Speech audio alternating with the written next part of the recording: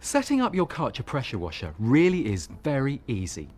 All you need is a water supply and somewhere safe to plug it in. Every Karcher pressure washer comes supplied with a standard hosepipe adapter, but if you are drawing from a water butt, the suction hose and filter kit screws directly onto your machine.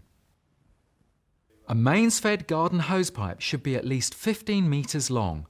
This will help give you an even supply. And use a free-flowing hosepipe adapter on the end of your hose.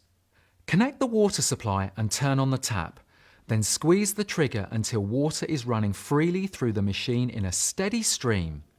This will remove airlocks in the system. Now connect to a power supply.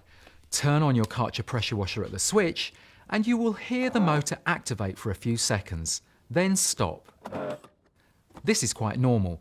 It's just your machine pressurizing itself. Got that? Great! Let's have some fun. Let's clean with Karcher.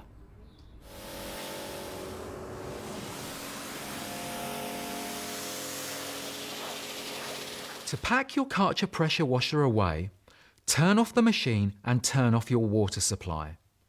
Pull the trigger to release the remaining pressure, then remove the hosepipe from the machine.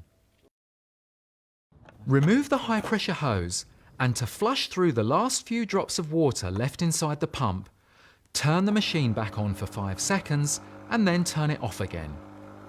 This action is especially important during the winter months. Excellent! Your pressure washer is now ready to be stored away, ready for its next Karcher adventure.